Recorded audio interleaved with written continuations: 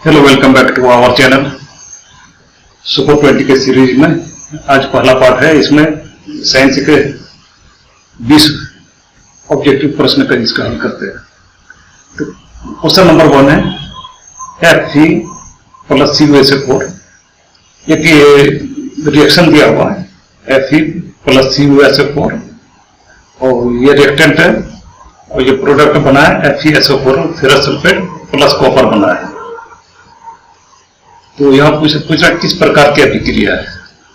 पहला ऑप्शन है वियोजन अभिक्रिया, दूसरा ऑप्शन है संयोजन अभिक्रिया, तीसरा सी ऑप्शन है विस्थापन अभिक्रिया, डी ऑप्शन है द्विविस्थापन अभिक्रिया। तो इस रिएक्शन को देखते हैं। यह रिएक्शन देखिए, यहाँ पे Fe जो आयरन है आयरन ये कॉपर का स्थान को ले लिया और ये कॉपर एक अलग जगह आ गया। यहाँ copper sulphate iron plus copper sulphate मिलकर यहाँ पे फेरस सल्फेट, तो कॉपर की जगह पे आयरन आ गया, फेरस सल्फेट आ गया और ये कॉपर को विस्थापित कर दिया। तो इस तरह ये होगा विस्थापन अभिक्रिया। ये पे विस्थापन अभिक्रिया, इसको देखते हैं कॉपर को विस्थापित कर दिया। इसका मतलब ये है कॉपर से ज्यादा क्या कहते हैं रिएक्टेंट है, कॉपर से ज्यादा आयरन। ये चलिए अगला प्रश्न दूसरे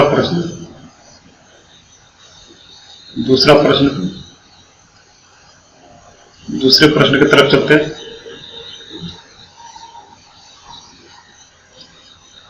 दूसरे प्रश्न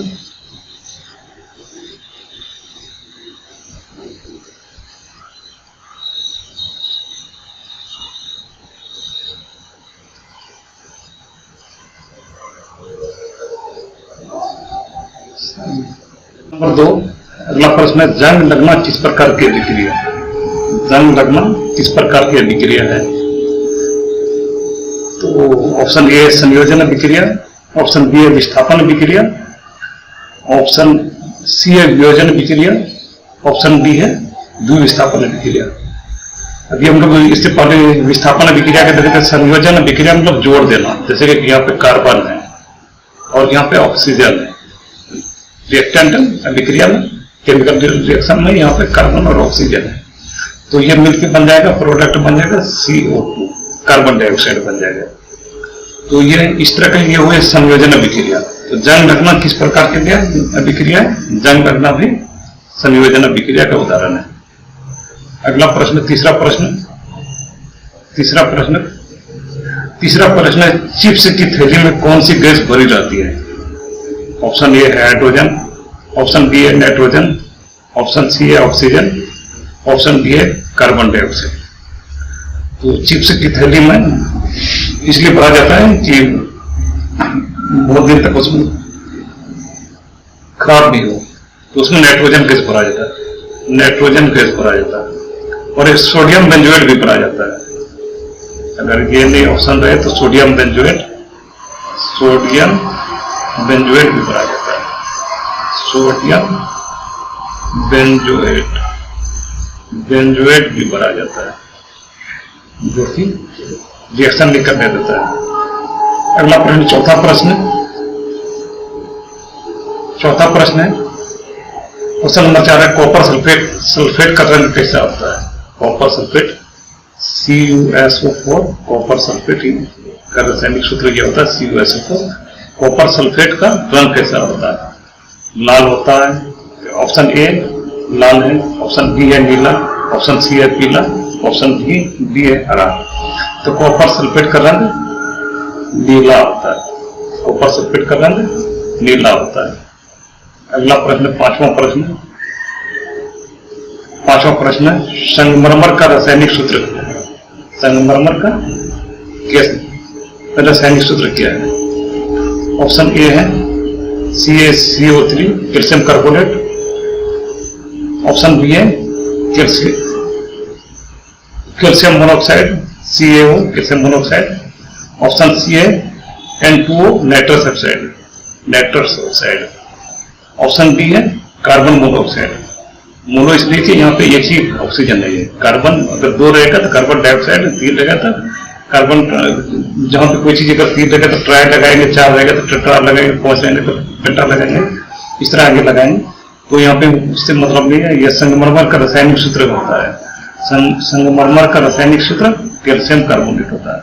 calcium carbonate CaCO3, calcium carbonate. अगला प्रश्न, छठा प्रश्न है, टमाटर में कौन सा अम्ल पाया जाता है? टमाटर में कौन सा अम्ल पाया जाता है? अम्ल पूछ रहा है कि पाया जाता है। ऑप्शन ए है लैक्टिक अम्ल, ऑप्शन बी है सेट्रिक अम्ल, ऑप्शन सी है ऑक्जेलिक अम्ल, ऑप्शन डी है इनमें से कोई नहीं। तो यहाँ पे सब ऑप्शन को देख लेते हैं। लैक्टिक अम्ल दूध दही में पाया जाता है, दूध से जो दही बनता है उसमें लैक्टिक अम्ल पाया जाता है। सेट्रिक अम्ल खट्टा, जैसे नींबू वगैरह ये सब पाया जाता है, विटामिन सी, सेट्रिक एसिड बोला जाता है। तो टमाटर में ऑक्जेलिक अम्ल पाया जाता है। टमाटर में ऑक्जेलिक अम्ल पाया जाता है। अगला प्रश्न, 7वां प्रश्न, साधारण नमक का रासायनिक सूत्र है। साधारण नमक का रासायनिक सूत्र है। तो ऑप्शन ए HCl, हाइड्रोक्लोरिक अम्ल, ऑप्शन बी है NaOH, sodium hydroxide, option C है NH3, अमोनिया, ऑप्शन डी है NaCl। तो NaCl सोडियम क्लोराइड। नमक का रासायनिक सूत्र है, साधारण नमक का रासायनिक सूत्र सोडियम क्लोराइड। 8वां प्रश्न है, सिरका में कौन सा अम्ल पाया जाता है? सिरका में कौन सा अम्ल पाया जाता है? तो ऑप्शन ए है सिट्रिक अम्ल, ऑप्शन बी है एसिटिक अम्ल, ऑप्शन सी है टार्टरिक अम्ल, ऑप्शन डी है इनमें से कोई नहीं। इनमें से कोई नहीं। तो इसका सही उत्तर होगा एसिटिक अम्ल।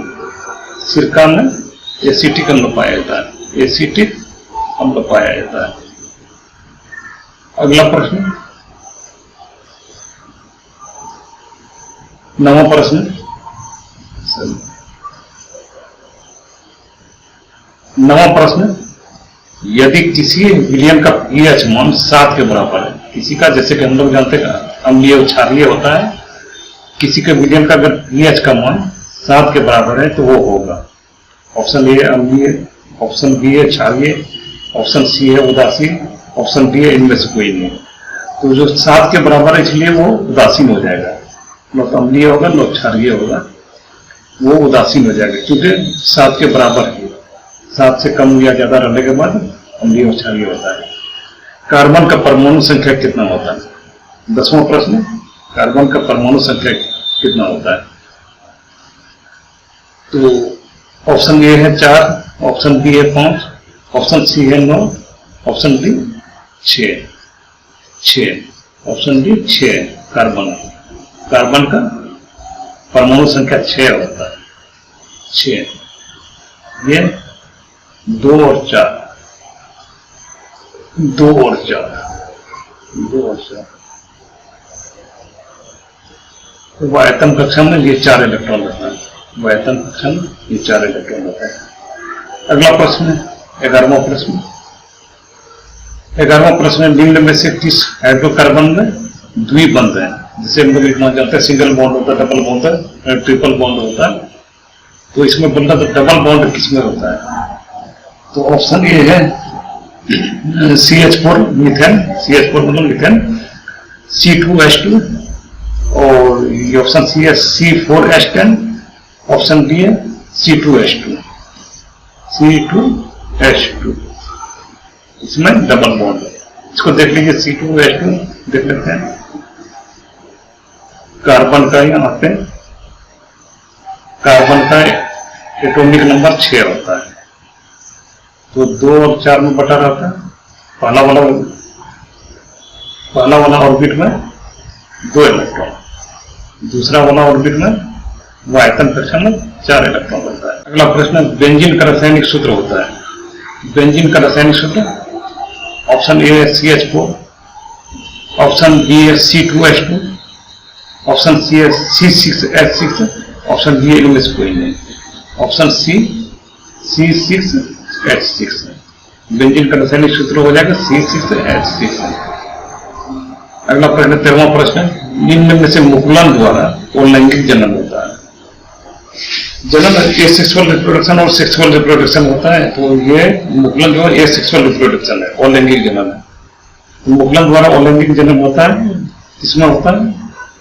Option A spirogyra, option B amoeba, option C है हाइड्रा, ऑप्शन डी है इनमें से कोई नहीं।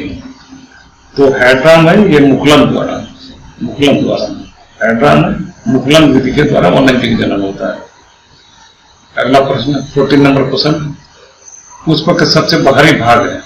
ऑप्शन ए पुंकेसर, ऑप्शन बी है स्त्री केसर, ऑप्शन सी है दलपुंज, ऑप्शन डी है वाय दलपुंज। तो पुष्प का सबसे बाहरी भाग होता है वाय दलपुंज, उसको कहा जाता है, वाय दलपुंज कहा जाता है। क्वेश्चन नंबर 15 या कुछ क्वेश्चन नंबर 15 को हम लोग देख लेते हैं। क्वेश्चन नंबर 15, अनुवांशिक का जनक किसे कहा जाता है? अनुवांशिकी का जनक किसे कहा जाता है?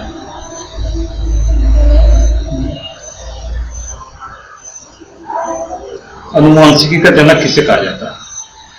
फादर ऑफ जेनेटिक्स किसे कहा जाता है? ऑप्शन ए है लेमार्क, ऑप्शन बी है डार्विन, ऑप्शन सी है अलेक्जेंडर फ्लेमिंग, ऑप्शन डी है मेंडल।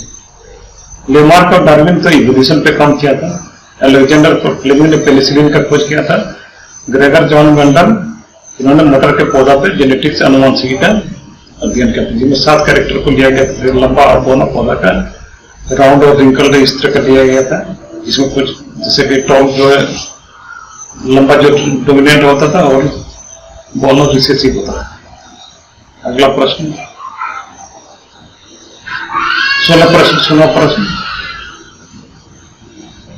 16वां प्रश्न है, विद्युत धारा का एसआई मात्रक क्या होता है?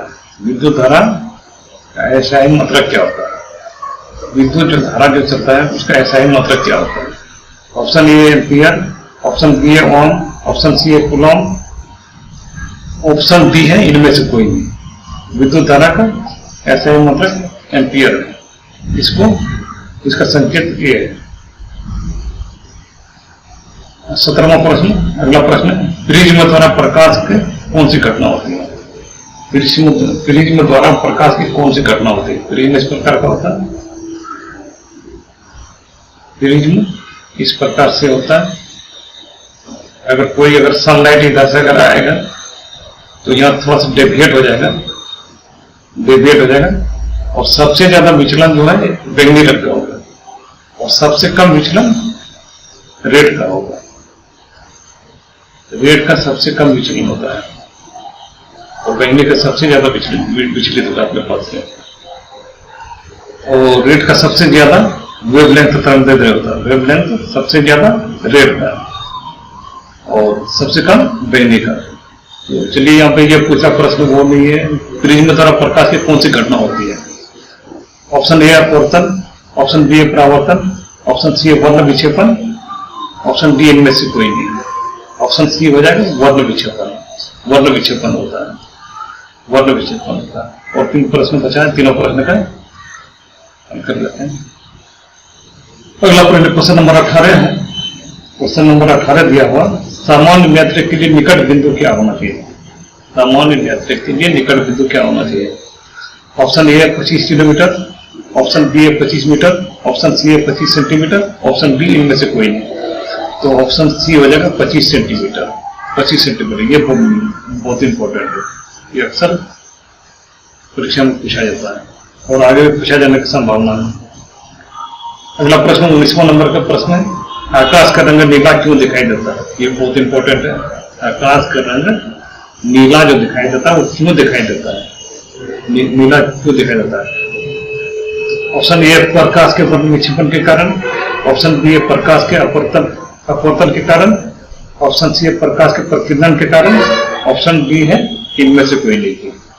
तो प्रकाश की प्रतिध्वनि का कारण स्कैटरिंग ऑफ लाइट, प्रकाश के प्रकीर्णन जो होता है, स्कैटरिंग जो होता है, उसी के कारण आकाश का रंग नीला दिखाई देता है। अगला प्रश्न 20 नंबर और लास्ट प्रश्न है, सबसे अधिक तरंगदैर्घ्य किस रंग का होता है? ये पहले भी बता चुके हैं, इससे पहले सबसे अधिक तरंगदैर्घ्य किसका रंग होता है? बैगनी, ऑप्शन ए बैगनी, ऑप्शन बी है लाल, ऑप्शन सी है नीला, ऑप्शन डी है पीला। सबसे ज्यादा तरंगदैर्घ्य को हम लोग इंग्लिश में वेवलेंथ बोलते हैं, इंग्लिश में इसको वेवलेंथ बोला जाता है। वेवलेंथ को सिंबल लैम्ब्डा से रिप्रेजेंट किया जाता है, लैम्ब्डा से रिप्रेजेंट किया जाता है। तो इसका रिलेशन होता है, एनर्जी से संबंध होता है, E बराबर hc by lambda, hc by lambda, जहां h बराबर प्लांक्स कांस्टेंट, प्लांक्स स्थिरांक, कांस्टेंट मतलब स्थिरांक, प्लांक से स्थिरांक, c बराबर velocity of light, velocity of light, velocity of light, जिसका तरंगदैर्घ्य देखिए, अब ये दोनों तो कांस्टेंट है, वेलोसिटी ऑफ लाइट 10⁸ मीटर प्रति सेकंड होता है, प्लांक कांस्टेंट ये भी स्थिरांक है, ये कांस्टेंट है। तो एनर्जी जो है इनवर्सली प्रोपोर्शनल, व्युत्क्रमणिक पात्रता तरंगदैर्घ्य का है। एनर्जी व्युत्क्रमानुपाती होता है, इनवर्सली प्रोपोर्शनल होता है, डायरेक्टली प्रोपोर्शनल समान, उसको हिंदी में समानुपाती बोला जाता है, ये इनवर्सली प्रोपोर्शनल।